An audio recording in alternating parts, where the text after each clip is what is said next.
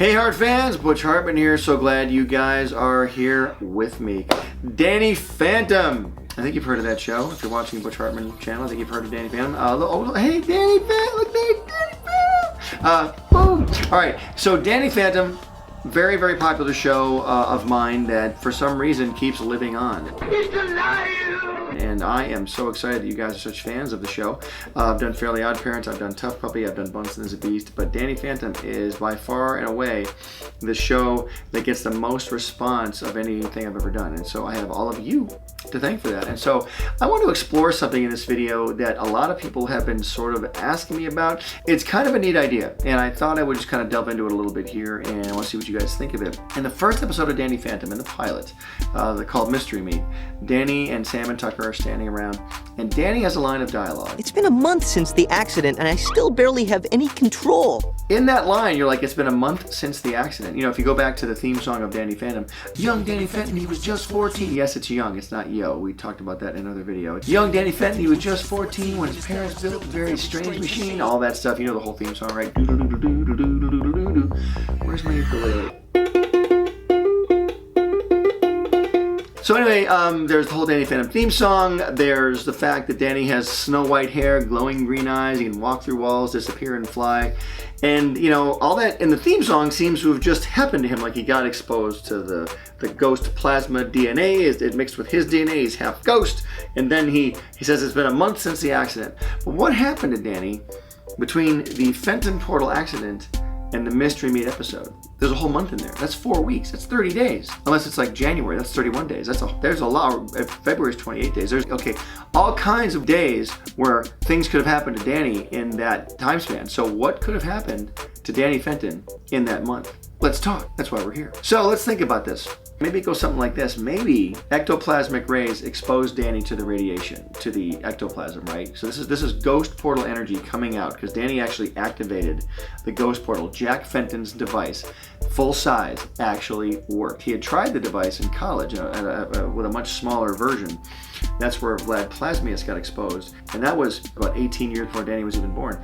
So years later, when Danny's 14, Jack's experimenting with a huge, giant version of the portal, and it exposes Danny to these rays. And so that alters his DNA. Now think about that. There's a lot of, stories in comic books where characters get their DNA altered by radioactivity or cosmic rays or something. Like Captain America got a super soldier formula. They just injected him and boom, he was super. Wow. Spider-Man gets bitten by a radioactive spider and suddenly has all the powers of a spider.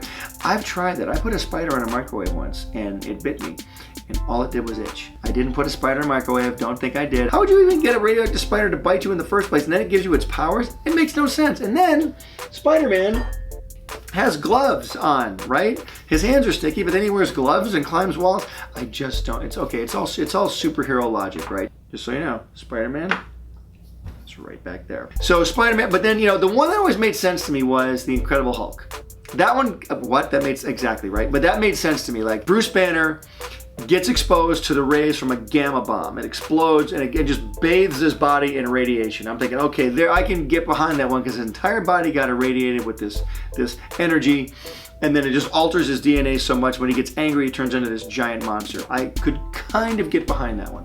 But the other ones, you're like, it's comic book logic, it's a lot of fun. So Danny Fenton is sort of the same thing.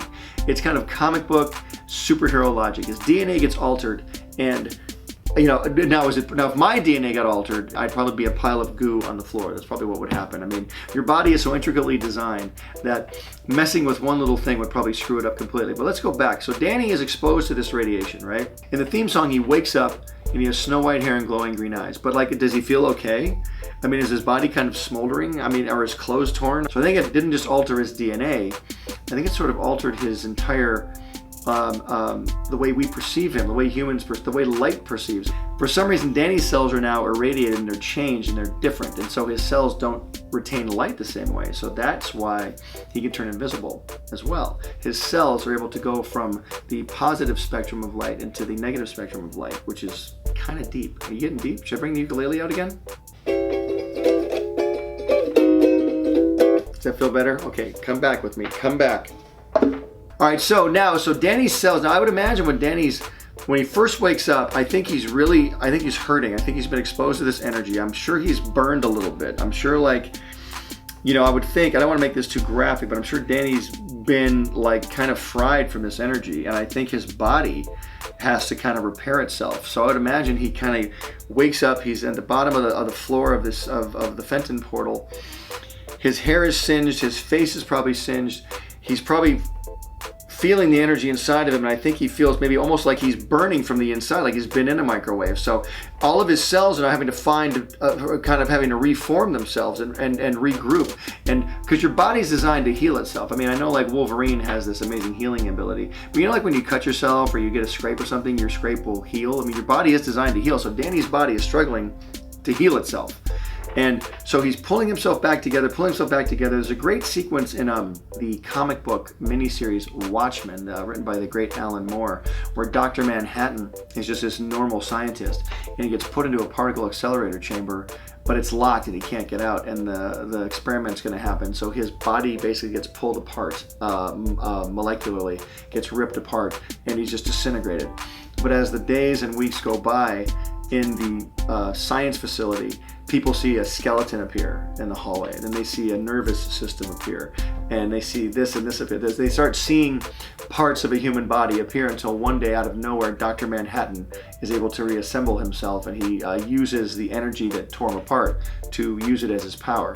And I think that's what happens with Danny. Danny probably got so damaged by the Fenton portal accident that he had to pull his body back together. I would imagine his cells and his DNA, even his consciousness, are all kind of separated, and he probably has to pull himself back together. I think in that month between the Fenton portal accident and Mystery Me, when Danny finally becomes a hero, I think Danny's really having to pull himself together and become a human being again, and really try to just keep his body together. We kind of played with this idea in the episode Destabilized with Danny, the young girl, Danny Fenton, D-A-N-I, Danny Fenton.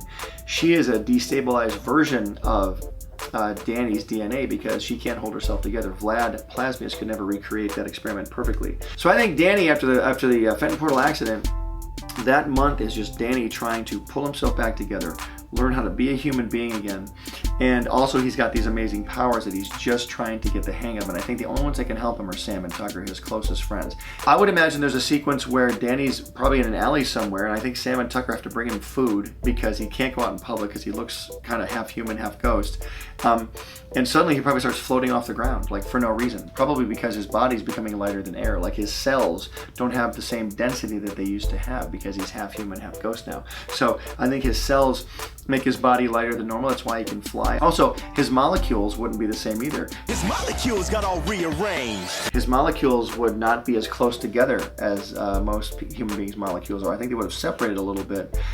He could probably control that, which is why he can slip through walls. He can slip through the molecules of the walls, allowing his molecules to slip in between them. So I think there's a lot of emotional stuff and physical stuff he'd have to really get his mind around. I mean, what if you suddenly started lifting off the ground and didn't know how to control it? Would you just keep going and going and going? I think Tucker would devise a way to train Danny as to how to help him fly and maintain his powers. So I think that month in between the accident and the Lunch Lady episode, Mystery Me, I think it's spent with Danny trying to retain his humanity, learning his powers, and then Sam and Tucker helping to train him how to use his powers, how to train him for flight, train him for going through walls, train him for turning invisible and things like that. And think about it. So Danny really hasn't been attacked by any ghosts at this time, and I think like any good superhero, he needs time to train just a little bit. It's almost like when Peter Parker discovered he was Spider-Man, he had to train a little bit, then he started fighting villains, then the villains come out of the woodwork. I think the same with Danny Phantom. Danny has to get his powers together, get himself pulled back into reality, and then I think the villains start showing up. That's comic book logic. We'd probably play with that a little bit. And it might be kind of cool to actually get Danny attacked by a ghost or two in there while he's training. He doesn't really know what he's doing. Maybe some smaller, lesser ghosts, like those ectopuses in episode 1 that come out of the ghost portal. That's how he kind of gained a little bit of experience as to what other ghosts are capable of. He doesn't dare say something to his parents because his parents are ghost hunters. And I think there's a fear inside of Danny. If they find out that I'm now half ghost, they'll hunt me and they'll want to experiment on me. So he doesn't dare tell his family, doesn't dare tell his sister, because his sister's true blue and really honest and wants to, help with everything. I even think for the next month, Danny would have to maybe come come up with some excuse as to why they can't see him. Maybe he's either A, he's sick, B, there's a sudden school field trip that'll take him out of town for 3 weeks, and of course Jack and Maddie are so ditzy sometimes. They would be like, oh, I didn't even know that. That's, well, of course our son's going out for 3 weeks. He's helping people.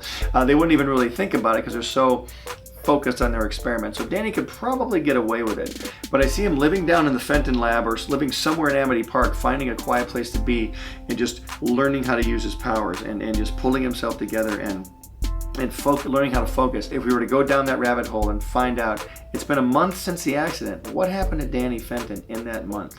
What do you guys think of that idea? What do you think would happen to Danny? Do you guys agree with my idea? Or is there a better idea that you have? Leave a comment down in the comment section below. That's a much deeper way to go with the story as opposed to, the semi-lighthearted way we treated Danny Phantom at the beginning. But if we were to do a little more deeper version of Danny, I think that'd be a really fun way to go. What do you guys think? Don't forget to like and subscribe. It helps all of us and the universe when you do that. Okay, guys, thanks so much for watching. And as always, don't forget, art and Danny Phantom gives you power. Ghost powers. Use them wisely.